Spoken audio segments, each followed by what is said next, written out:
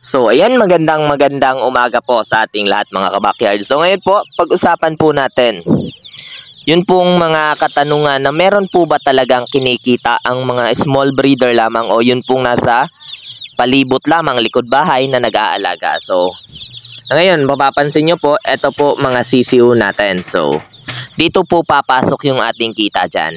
So, meron naman pong kinikita. Hindi naman po kalakihan, pero hindi rin po maintain. So, ganito po yan ang ating diskarte dyan para po tayo ay may kitain naman. So, ito po mga sisiw po natin yan.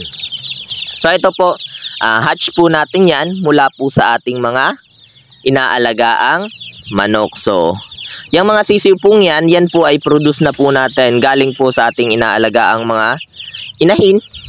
Saka yan po ang ating ibinebenta. So, dyan na po papasok yung ating kita. So, magkano po ba ang bentahan natin dyan? Yan po, nabebenta natin day old to week old, 100 po. Sa month old naman po, 120 to 150 po ang heritage breed. So, yan po mga sisiw na yan. Kung Shamo naman po, ang day old to week old, nabebenta po natin yan ng 500. So, pagdating naman po ng month old, binebenta naman po natin yan ng 1,000. So, ibig sabihin po, kung lagi po tayong may benta, ay lagi po tayong may kita. So, kung mapapansin nyo po, pag ganito naman po kalalaki, ito pong ating pinapakita, yan po ay isang stag na Shamo.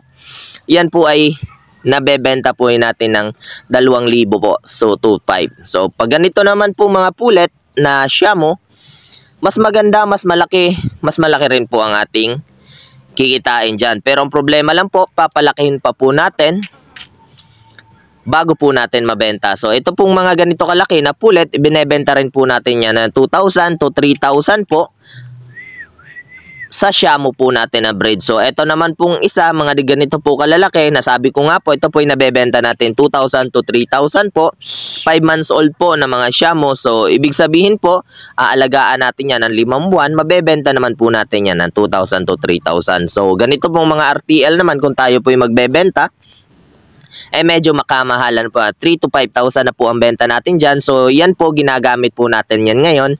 Yan po ang kinukunan natin ng mga sisiw. So, ibig sabihin po, nagpo-produce po tayo ng ating mga sisiw para maibenta po natin. Kagaya po ng ating mga heritage breed, tayo na rin po nagpo-produce ng ating itlog bago po natin i-incubate. At saka dito po natin kinukuha ang ating mga sisiw na pangbenta po natin. Mas maigi po kasing ibenta ang sisiw kaysa naman po dun sa itlog. Gawa po ng paglima lang po kasi ang inyong inahin, hindi po kaya mag-supply ng fertile eggs niyan. Magkano lamang po? 500 ang fertile eggs. So, ang ginagawa po natin, ina-incubate po natin per week, saka po natin yan ibebenta. So, kagaya rin po ng mga Shamo, hindi rin po tayo nagbebenta ng fertile eggs. Bakit po ba? Baka po kasi mabugok o hindi po mapisa, ay lugi naman po yung magkakabili. So, dito po, nag-aalaga rin po tayo ng mga baboy. Dito, dagdag income na rin po tayo sa ating